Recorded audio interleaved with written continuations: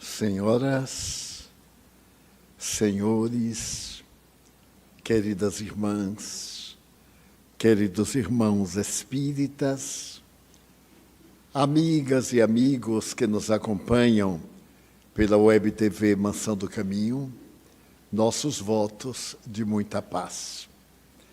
Entre as extraordinárias mensagens apresentadas por Jesus, uma delas vai nos servir de mote para as reflexões desta noite. Conhecereis a verdade, e a verdade vos libertará.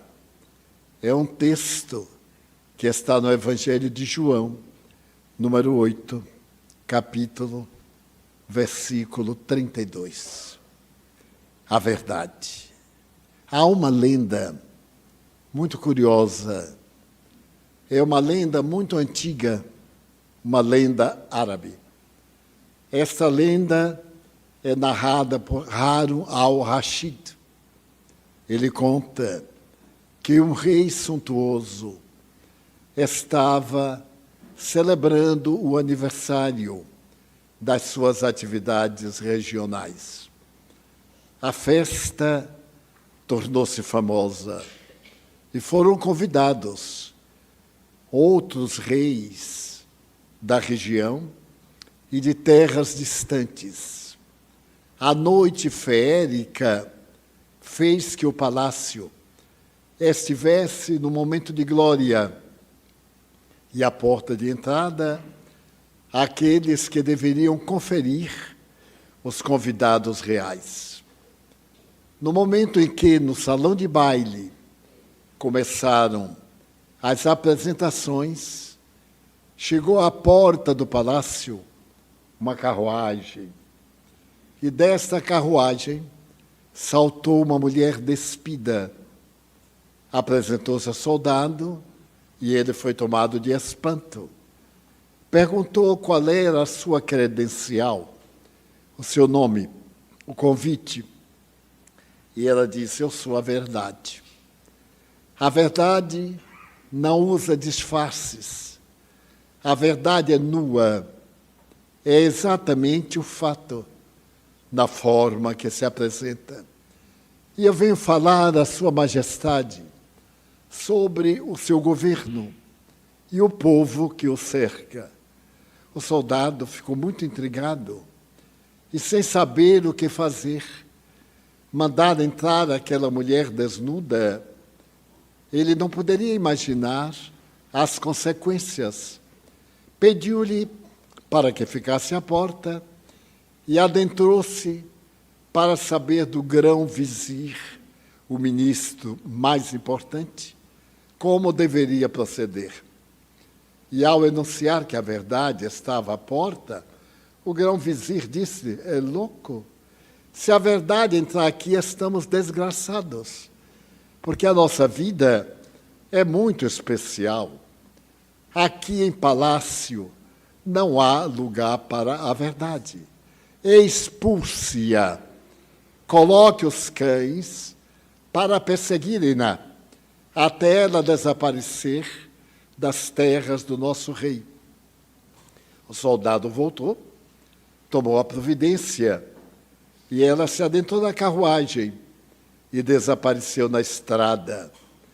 Era uma noite esplendorosa de luar, e a verdade foi meditar no oásis que havia um pouco distante do palácio. Ali meditou, esteve durante algum tempo, atirou-se ao solo e, encontrando trapos, vestiu-os, desgreou os cabelos, rompeu ainda mais aquelas roupas gastas, entrou na carruagem e veio. Chegando à porta, o soldado pediu-lhe a credencial. Ela disse: está em mim, eu sou a humildade, desejo falar a Sua Majestade. Ele olhou e percebeu que ela desandava odores desagradáveis, aquela aparência a sujidade, as vestes. Ele nem teve dúvida de consultar o grão-vizir, mas, por precaução, resolveu ouvir a autoridade governamental. E depois que descreveu a estranha personagem, ele recebeu ordem para chibateá-la antes de a expulsar da porta do palácio. Ele assim o fez e ensanguentou-a. Que atrevimento! Isso é humildade ou é desprezo? É ausência de autoestima ou é para desmoralizar o reino? Aqui estão as personagens mais famosas da época. E ela terminou açoitada, pegou a carruagem e voltou ao deserto. Durante algumas horas, a noite avançava até a madrugada e ela teve uma ideia. Ela vestiu-se como se fosse uma fada. As roupas brilhantes, joias faiscantes. Os animais da carruagem foram envolvidos em manto e os lacaios, também vestidos com todo rigor, e partiu para a porta do palácio. A festa, na intimidade da porta, era grandiosa. E o soldado, quando a viu, quase não lhe perguntou quem era. Disse assim, mas como? A quem eu devo anunciar a entrada? E ela disse, a fantasia. Ele olhou para aquela mulher esplendorosa, fantasticamente vestida, e disse ao grão-vizir, Senhor, acabamos de receber a fantasia. Como? Mas ela não foi convidada, mas veio. Então comunique-se ao rei. O rei mandou parar a festa, sentou-se no trono. Os guardas reuniram as pessoas em volta e, ao som de clarins, a fantasia adentrou-se. Era brilhante. As gemas faiscantes, o porte, os escravos que seguravam o manto. E as pessoas olhavam-se, sorriam, entregozavam a beleza da fantasia. E quando ela chegou junto ao rei, dobrou-se e inesperadamente rasgou a indumentária e diz a sua verdade. Preciso falar ao rei. Mas para falar ao rei, a única maneira que eu encontrei de denunciar os ladrões, os hipócritas, os traidores, os adversários que estão desejando derrubar Vossa Majestade, é vestir-me de fantasia. E começou a apontar aqueles que traíam cinicamente o rei, porém, bajulavam-no. E a partir daí, a verdade para chegar no mundo começou a vestir-se de parábola, conto, koan, fantasia, porque é a única maneira que a nossa mente aceita a verdade é através da imaginação. Buda narrava koans, histórias. Jesus, parábolas. Ainda me lembro que a primeira vez que visitei Israel, o guia de turismo levou-nos ao local em que havia estado o homem da parábola, que havia sido assaltado, havia apanhado, e ninguém lhe deu importância. Era um judeu. Um samaritano, que era inimigo, atendeu, vestiu-lhe, deu-lhe licor, levou para uma hospedaria. E então o guia disse, aqui, foi nesta hospedaria que ele repousou e teve a oportunidade de passar para a história.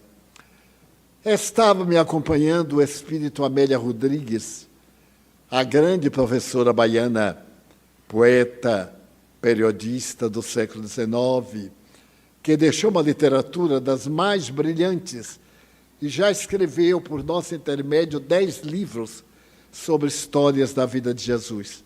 Ela então me disse assim: meu filho, diga ao guia que ele não está sendo fiel.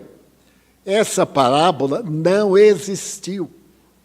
É um conto, é uma narrativa para dar melhor entendimento da lei de caridade, que é ainda maior quando é feita aos inimigos. Portanto, ela não existiu. Pode dizer que a hospedaria seria semelhante a esses escombros. Então, muitas vezes nós dizemos: eu quero a verdade. Mas existem 3 verdades. A minha verdade, aquilo que eu acho, que eu penso, que as minhas condições intelecto-morais estabelecem como verdade, a verdade do outro. Daí a lei exige que sejam ouvidas as 2 partes. E uma terceira verdade, que está acima das nossas verdades fantasiosas. Porque a nossa verdade é de acordo com nossa emoção. E a nossa emoção nem sempre penetra no sentido profundo do que a coisa vale em si mesmo. Desta forma, Jesus nos propõe procurar a verdade. Não a verdade propalada, aquela que é fantasia. O humilde tem a verdade que é necessário descalçar-se, romper qualquer valor de estética, de beleza, para entrar no reino dos céus. Mas nem sempre isso é humildade. Pode ser apenas complexo de inferioridade. Porque a pessoa humilde não necessita ser imunda. Imundícia é uma coisa, humildade é outra coisa. Ninguém mais humilde do que ele. No entanto, não apresentava roupa rasgada, sujeira, abandono de si mesmo, a unha grande, a cabeleira entrando pelo ouvido. Isso é desprezo. É um transtorno comportamental. Mas também não era aquela fantasia.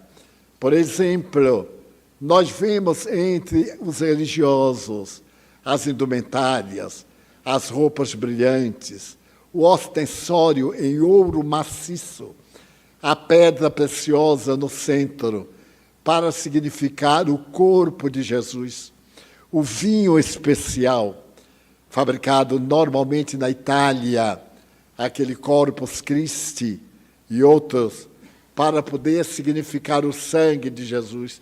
Por que não a água? A água também é um líquido. Se é uma simbologia, ela pode ser muito simples. Se é para representar o corpo, pode ser muito bem qualquer biótipo.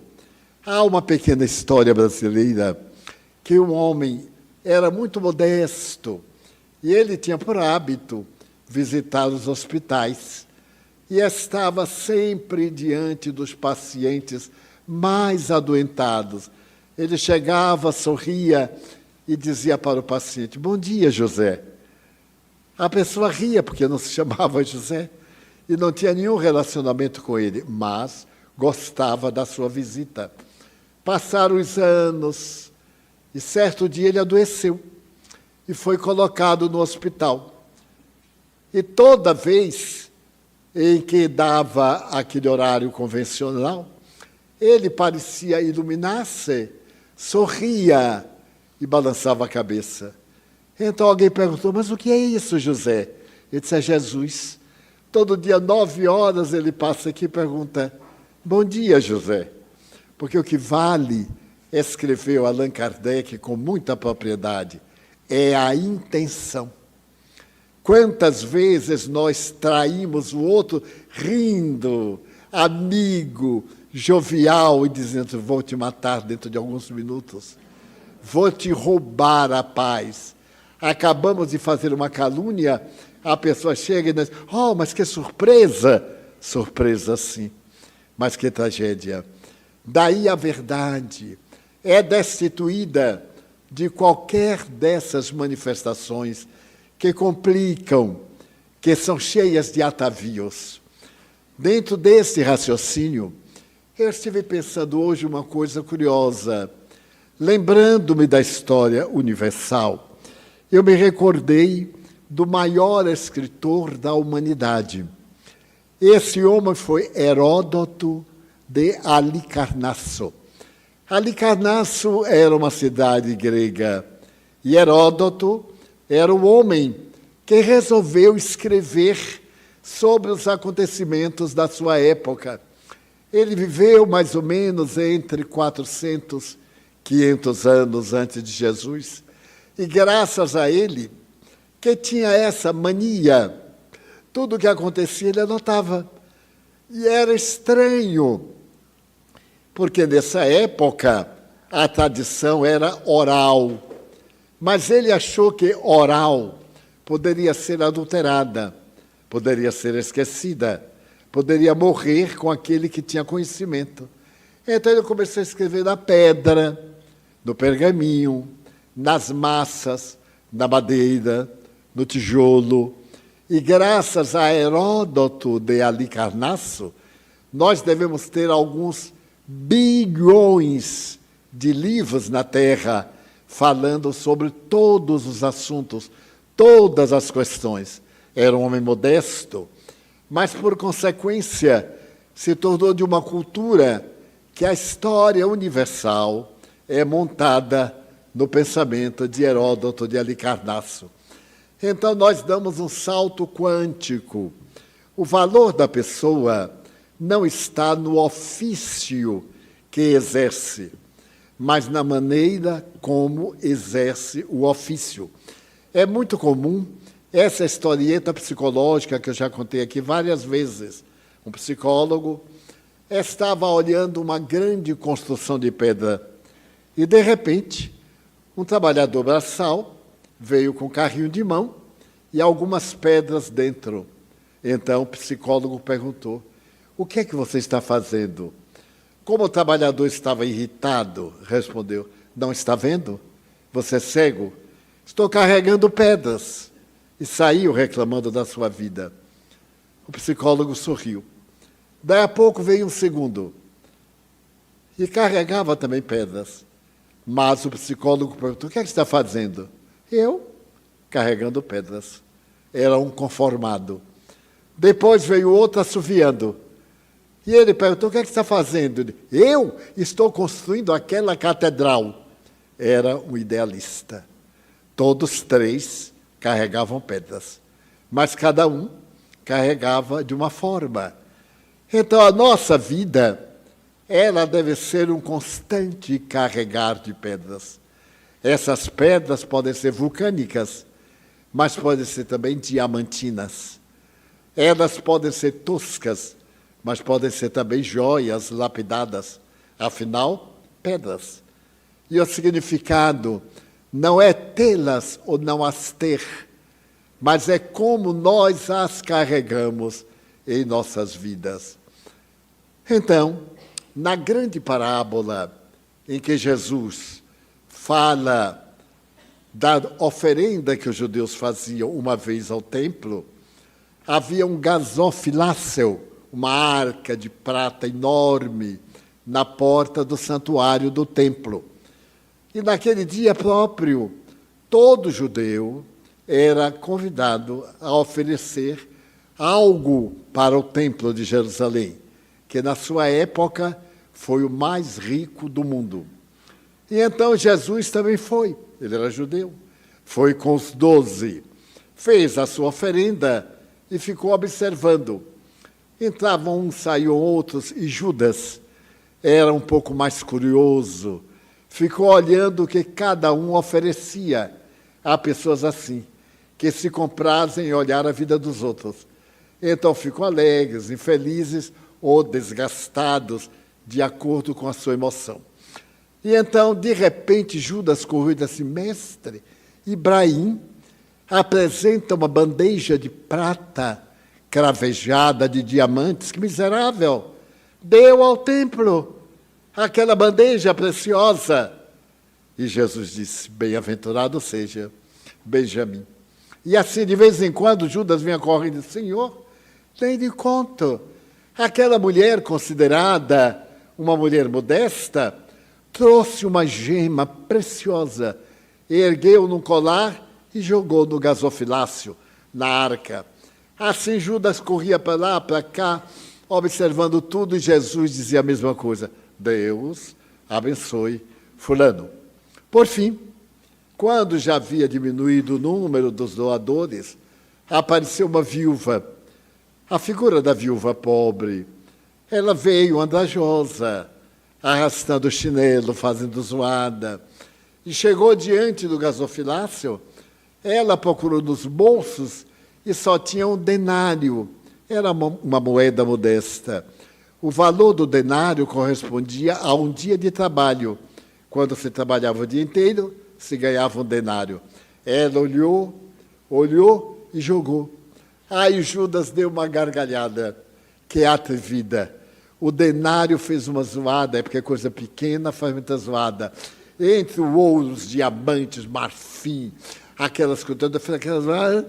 E ele disse, não, está na cara, é louca. Que coragem, trazer um denário e jogar. E foi contar a Jesus. Aquela viúva dali jogou um denário. Que coragem! Deus abençoe. O último denário que tinha essa mulher. Em verdade, cada um deu do que lhe sobrava. E ela deu o último que tinha. Então, dentre todas, a maior foi a sua doação. E foram saindo. Não tinha ninguém. Quando chegaram à porta de saída, apareceu uma mulher samaritana muito bonita, que era escrava. Trazia na mão um vasilhame e trapos. E aí Jesus olhou e resolveu voltar. A samaritana se dirigiu até o gasofilácio e ali começou a cantar uma música da tradição de sua tribo. Molhava o trapo na água e limpava o chão, que apesar de ter a arca com tanta joia, o chão estava sujo.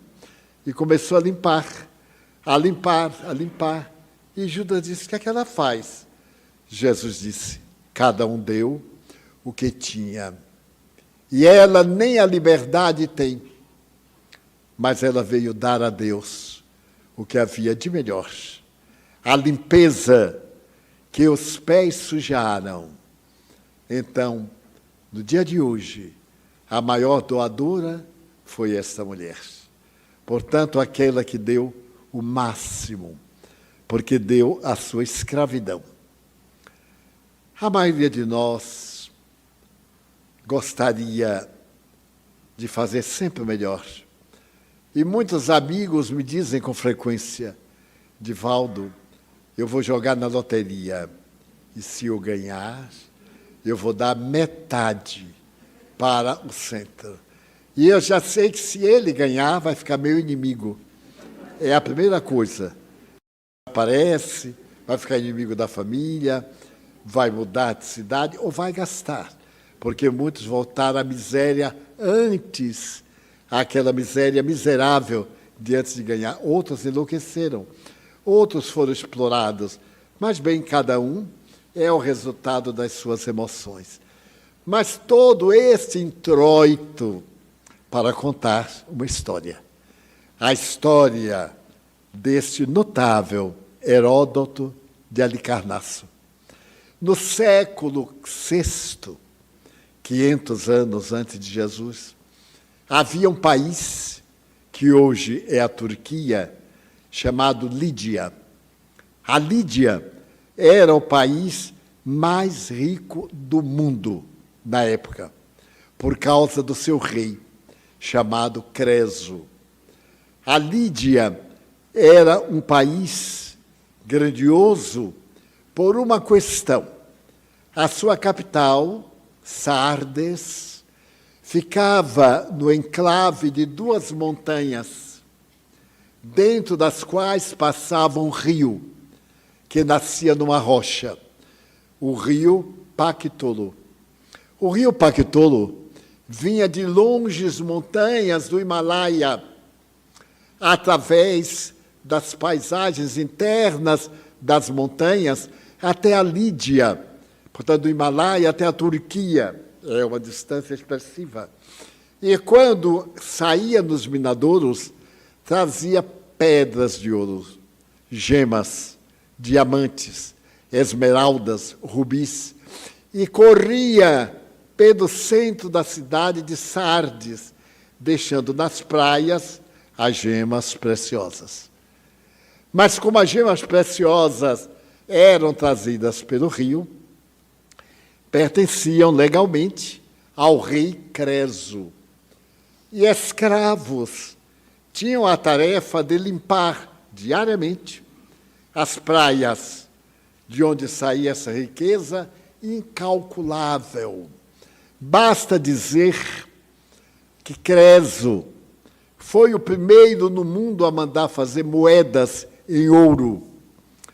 E há uns 10 anos, 200 moedas de ouro foram descobertas na Turquia e vendidas ao Museu de Nova York por mais de 200 milhões de dólares.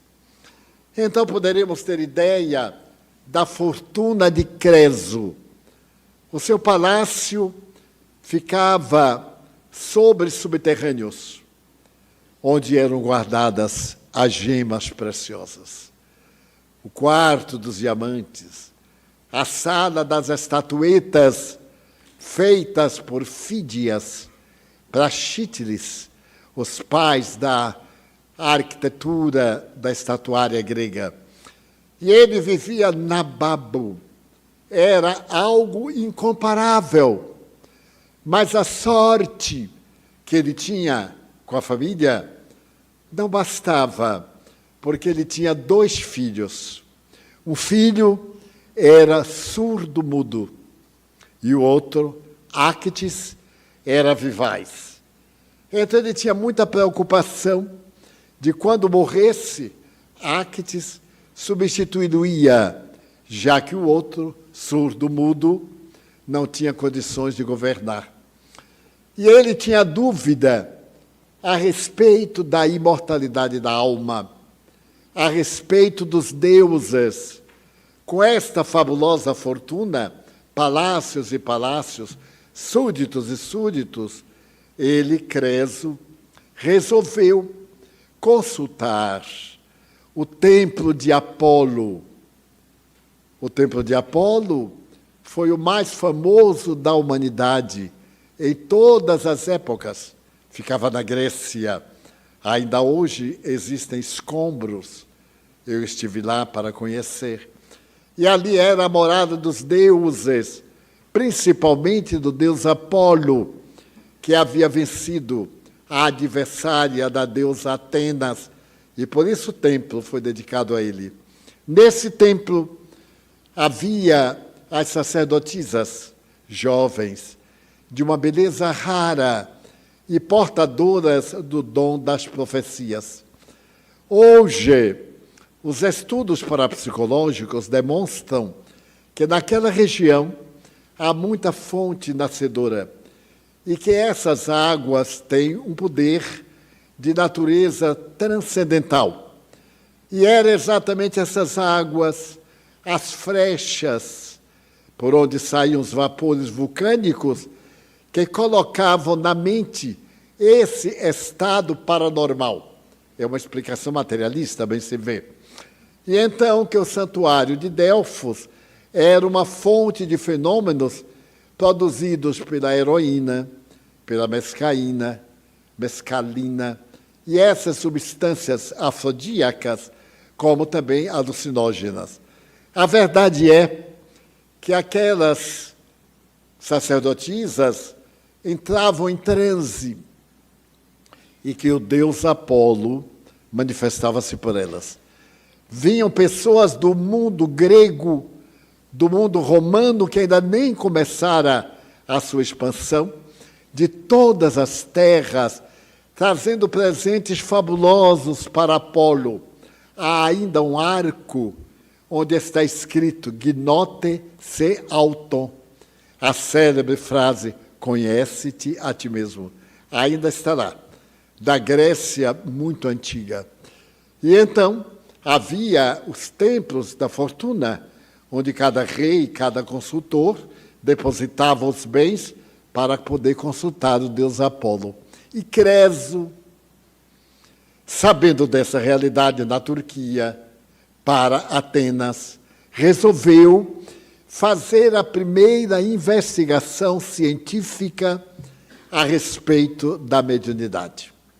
Reuniu em palácio vários embaixadores e pediu a esses embaixadores que viajassem aos diversos países da circunferência para, dentro de um ano, exatamente um ano, no horário convencional, realizarem uma coisa. O rei, na sua cidade natal, em Sardes, ia praticar um ato. E esses embaixadores, em cada país que estivesse, dentro do fuso horário, iam perguntar ao deus local o que era que estava fazendo o rei em Sardes. Compreenderam bem? Então, apesar da diferença de horários, eles consultariam o Deus o que é que o nosso rei está fazendo em Sardes neste momento. Levavam tabuinhas e o que Apolo dissesse, eles escrevessem. E na volta ia ser conferido para ver se realmente havia deuses. Eles partiram e um ano depois, naquela data, o rei tomou uma providência, saiu da sala do trono, desceu a escadaria para a parte inferior e fez alguma coisa. A partir daí, os embaixadores começaram a voltar. Foram voltando e reuniam a corte. E o embaixador de Heliópolis, por exemplo, dizia: e o Deus mandou dizer que estava fazendo tal coisa. E Creso disse: mentira. Este é um Deus mentiroso. E assim, todos os embaixadores que voltaram deram notícias falsas. E ele acreditou que tudo era uma fantasia. Até o momento quando veio a delegação de Delfos. A corte reuniu já indiferente, e os embaixadores disseram: Senhor, a notícia que Apolo mandou para o senhor é tão banal que temos vergonha. Ele: diga exatamente. Então eles leram: neste momento, disse a jovem transfigurada, a voz alterada, masculinizada, neste momento vejo um homem de idade tal descer a escadaria do palácio, levando uma ovelha recém-nascida. E quando chega à parte do subterrâneo, ele encontra uma tartaruga velha. Antes ele colocou uma panela de alumínio, fez uma tripóide, colocou 3 pedras, fez um fogo, colocou a panela, colocou água, matou a tartaruga, matou a ovelha, destrinchou, colocou dentro da panela e pôs um tampo e cozinhou. É um absurdo. Aí o rei disse: foi exatamente o que eu fiz. Jamais alguém na terra poderia imaginar que o homem mais poderoso do mundo fizesse um ato tão grotesco. Voltem lá, porque agora eu sei que há um Deus. E perguntem: qual é o destino da minha família? O embaixador voltou e disse: o Deus manda-lhe 2 recados. O primeiro recado é que o seu filho Áquites, aquele que era normal, morrerá atravessado por uma lança. E o segundo é que um grande império cairá. Ele ficou apavorado e tomou providências. Mandou amuralhar toda a área do palácio, destruir todas as lanças da soldadesca e cuidar especialmente de Actes. A vida transcorria normal. E nesse ínterim, estava fazendo uma viagem à volta do mundo, um dos chamados 7 sábios da Grécia. Esse sábio, que foi considerado o maior de todos, Solon, era um dos 7 sábios da Grécia. Estando na cidade de Sardes, foi convidado pelo rei para um banquete, porque o rei se permitia festas e festas com a sua família. E Solon era um homem muito simples. Então foi preparado um banquete de 4 horas. Eles se alimentavam, iam ao vomitório, vomitavam, voltavam, como era de praxe, 4 horas. E ao terminar o banquete, o rei convidou Solon para visitar os seus tesouros. Então esteve no quarto dos diamantes. E então o filósofo olhou, não se entusiasmou muito. Foi para o quarto das estátuas de bronze, de pórfiro, de mármore, de pedras preciosas. Ele olhou naturalmente. E assim, em toda parte, ele olhava sem entusiasmo. E o rei foi ficando revoltado. O que é isso? Os maiores tesouros, né? Ele faz assim, uma exclamação, nada. Olhava.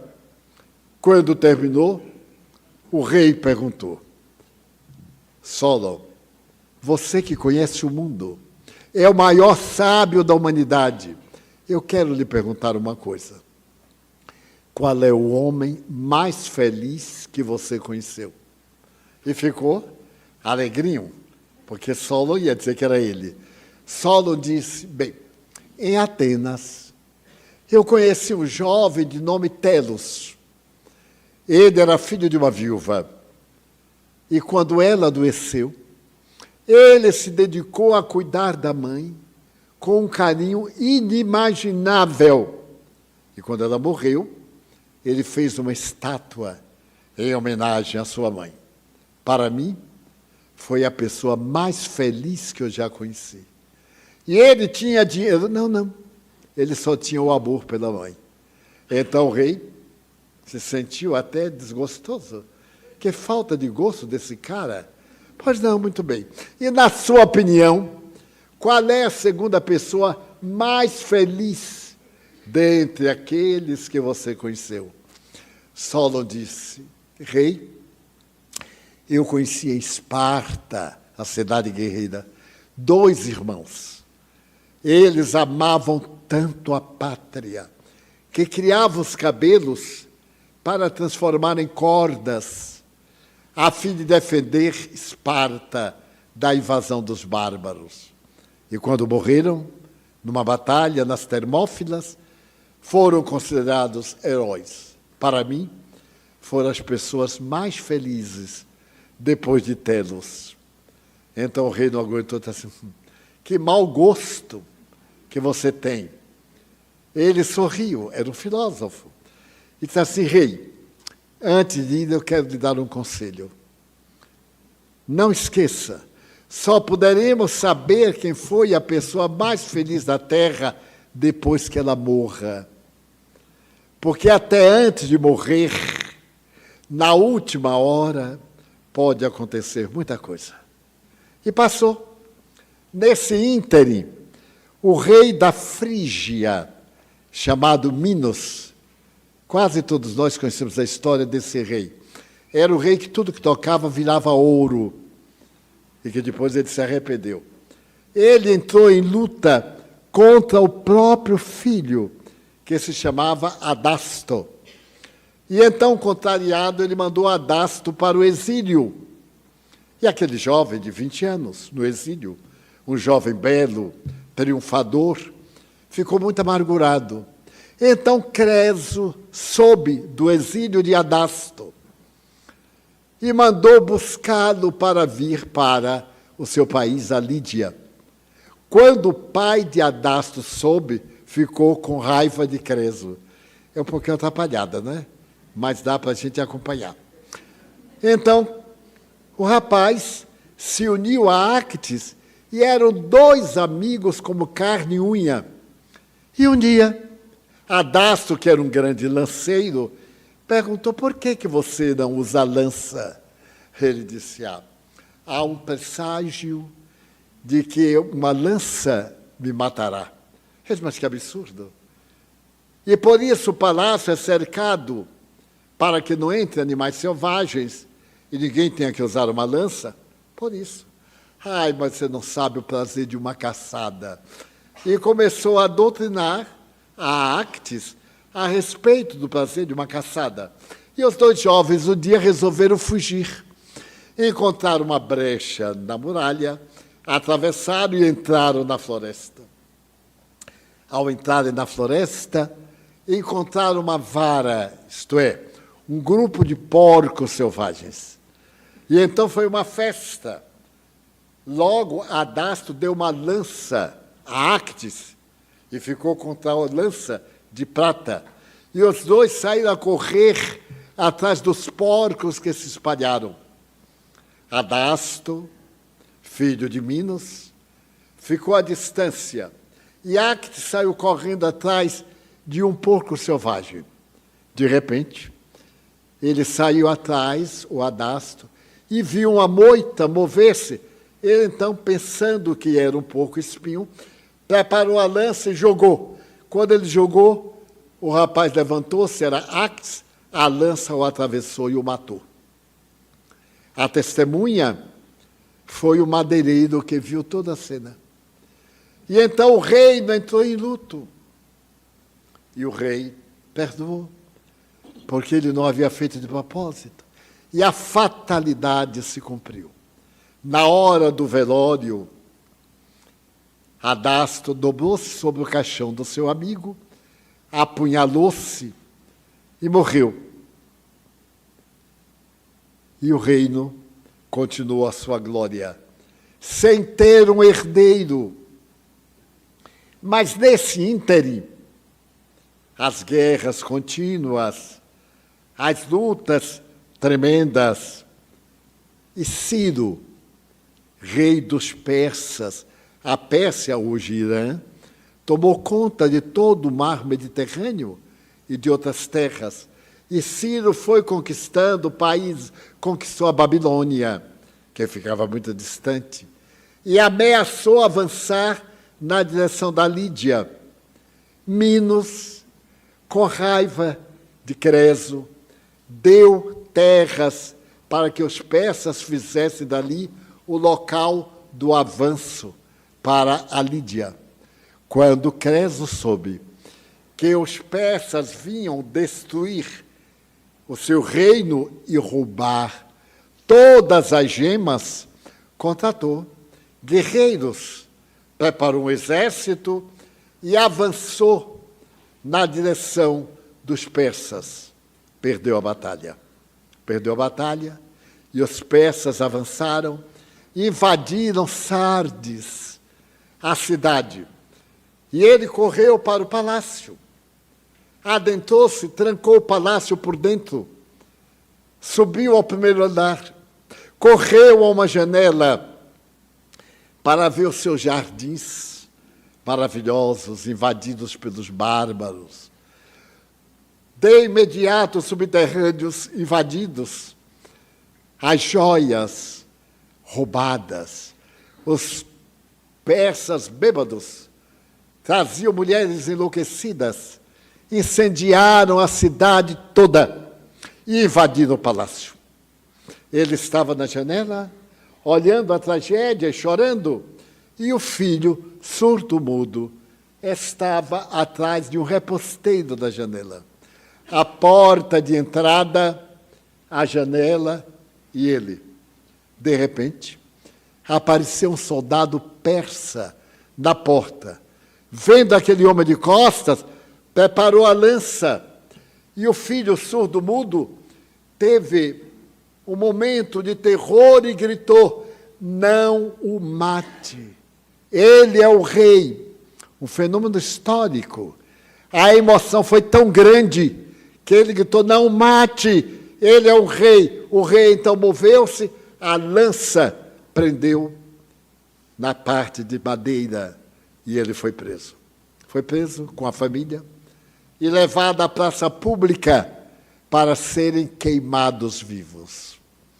Os exércitos, a cidade em chamas, Ciro, o grande conquistador, montado num ginete especial, e ele amarrado a um poste, colocando achas de lenha em volta. Na hora em que ia queimá-lo, ele se lembrou de Solon, o filósofo, e gritou: ó Solon, como tu tinhas razão. Naquela hora, ele era o homem mais desgraçado da terra. Nada adiantava. Mas naquele justo momento, Ciro, que era aluno de Solon, ouvindo falar o nome do seu mestre, perguntou: por que te referes a Solon? Ele disse: porque eu sou o rei. Ciro mandou tirá-lo do poste e pediu que ele contasse. Ele, então, diante da tropa vencedora, narrou a sua história e disse: só podemos saber se alguém é feliz depois de morto. E aqui sou eu infeliz. Então Ciro teve um dos gestos mais bonitos da história da humanidade. Perdoou e disse aos soldados: anotem na história, eu perdoo, porque não sei se um dia serei eu aquele que vai ser vencido. E espero que o vencedor faça comigo o que estou fazendo com ele. Então Creso, rei, ajoelhou-se diante do vencedor e disse-lhe: Senhor, já que salvou a minha vida e da minha família, leve-me comigo para a Pérsia, para eu administrar os seus bens, seu tesouro. E ele levou. E ele se tornou pedagogo de Cambises, filho de Ciro. Cambises, que ganhou a guerra dos 30 anos contra a Grécia. Então, essa história a mim me comove sumamente, porque é o virar das páginas do livro da vida. O triunfador de hoje, Adolf Hitler, que conquistou praticamente a Europa, toma um cálice de veneno e dá um tiro na fronte, no bunker, no subterrâneo, na porta de Brandemburgo, bem no coração de Berlim, que dividia as duas cidades. Aquele homem cuja vida matou mais de 80 milhões de pessoas com a guerra, não era nada. Era um psicopata, era um atormentado sexual. Segundo livro, chamado A Lança do Destino. Esteve na Primeira Guerra Mundial, foi um fracasso. Era epiléptico e teve uma morte ultrajante. O corpo queimado ao ar livre para não ser perseguido. Stalin, que mandou matar a própria mãe, filho de uma estrangeira, também teve uma morte sem nenhum sentido. E se nós olharmos os triunfadores, eles deixam páginas negras na história da humanidade. Mas o homem da cruz, humilhado, depois de 3 quedas horrendas, porque quando ele esteve surrado, o objetivo daquela surra era fazer as hemorragias para morrer rapidamente na cruz. E naquela viagem de 3 quilômetros do pretório até o Calvário, que ficava fora da cidade, ele tomba 3 vezes. E o estranho que passava na hora, na terceira queda, compadece-se. Um soldado pega e joga, ajuda-o. Ele então levanta a cruz, põe no ombro. Este homem teve o ombro dilacerado, mas passou a história como o amigo de Jesus. E ele que foi plantado numa cruz, até hoje, é a história da verdade. A história de que somente o bem faz bem. O triunfo não é ter coisas, é ser feliz interiormente. Nós não somos o que temos, porque tudo que temos nós deixamos, mesmo contra gosto. Eu sempre me lembro de uma história que eu conto aqui, de uma milionária americana, no passado, 50 milhões de dólares. Hoje não é nada para quem? Mas naquela época, uns 100 anos, era uma fortuna. Ela morreu e então deixou 50 milhões de dólares para os cavalos e os cachorros. E exigiu que fosse enterrada no seu automóvel Rolls Royce. Mas depois do enterro, ela seguiu a pé, porque o carro ficou lá no mausoléu. Então, o que nos acompanha é o que somos. Aquele carpinteiro galileu, aquele homem simples, que era sustentado pela bondade dos que se beneficiavam, pelas mãos generosas de Susana, uma jovem rica de Cafarnaum, por Joana, outra mulher rica, era casada com o tetrarca. E então, Joana, a mulher de Cusa, ajudava-o. Cusa era um depravado. E ela quis deixá-lo. E Jesus lhe disse, não, ama-o. Se não podes amá-lo como esposa, porque ele não merece, ama-o como filho. Mas, Senhor, eu quero dar-te a minha vida. Eu aceito, mas não agora, numa hora própria.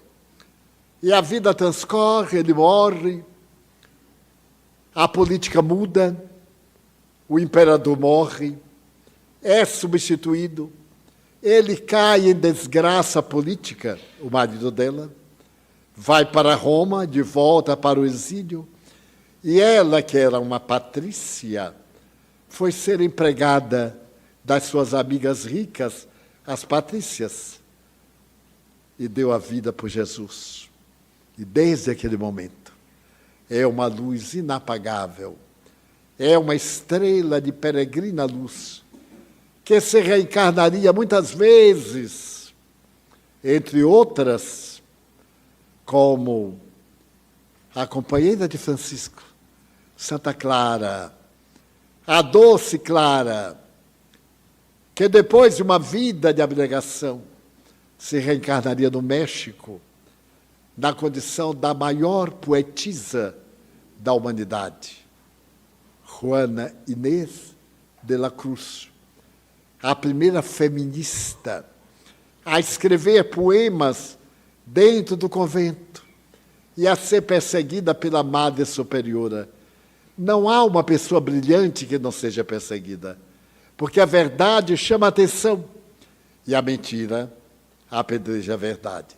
Todo líder, todo mundo que se destaca, só é válido porque é apedrejado. Não há um, não escapa ninguém. Então, quando alguém fala mal de nós, digamos, puxa, estou importante, já estou chamando a atenção. E quando não falar, é porque a gente está meio na ralé, está esquecido, deve ficar triste. Mas quando a internet, as redes sociais falarem, até que enfim, mas não é grande coisa. Importante é o que nós somos, não nos deixarmos atingir, senão por essa verdade augusta da imortalidade da alma, do bem e da felicidade. Então deixaria em nome de que busca a verdade, e ela te libertará.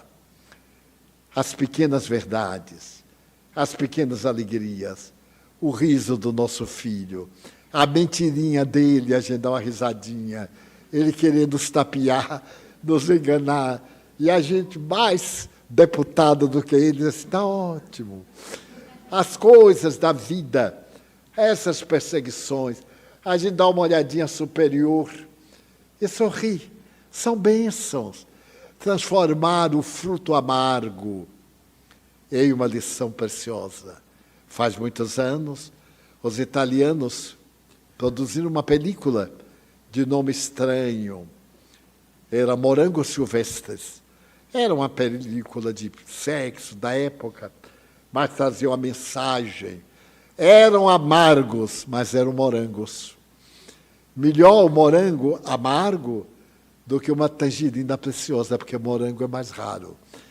Então, procuremos em nossas funções humildes, aparentemente insignificantes, mas valiosas, porque somente nós sabemos fazer, e fazê-las bem, fazê-las muito bem. Vamos orar. Vamos pedir aos médiuns, nossos irmãos queridos, para que tomem seus lugares e nos ajudem na transmissão dessa força onírica, extraordinária, que vai tornar a nossa vida melhor. E saiamos daqui alegres, juvenis, levando reflexões que valem a pena pensar, porque nós somos imortais. Ó Mestre querido,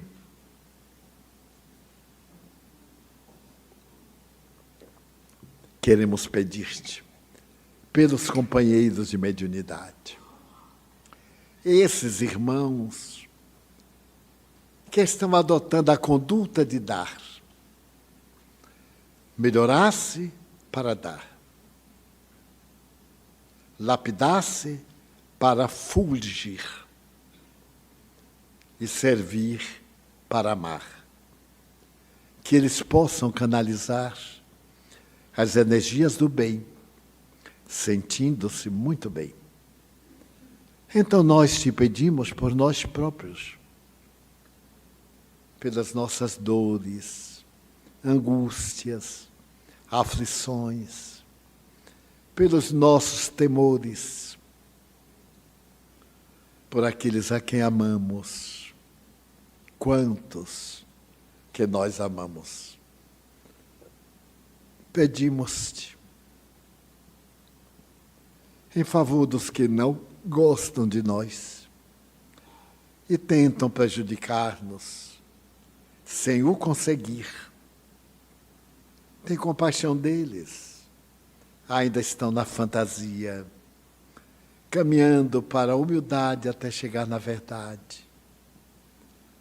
Ó Senhor, que prometeste estar conosco até o fim da nossa jornada. Dá-nos paz interior, paz no Brasil, paz no mundo. Abençoa nossa casa, este lugar de orações, de misericórdia. Abençoa nosso peixinho, os enfermos que se recomendam às nossas orações. Também aqueles que estão vítimas das doenças expiatórias. Os que estão pensando em desistir da luta, os suicidas, os suicidados. Nós te rogamos, especialmente pela nossa clientela, os filhos do Calvário que nos procuram, os frequentadores de tua casa, nossos irmãos queridos. Abençoa a água que te expomos, para que adquira propriedades curativas. E em nome de Deus, da Mãe Santíssima, dos Espíritos nobres, sob a tua égide, encerramos a reunião desta noite, formulando votos de muita paz para todos. Que o Senhor abençoe todas as mães, amanhã e em todos os dias da sua existência. Está encerrada a nossa reunião.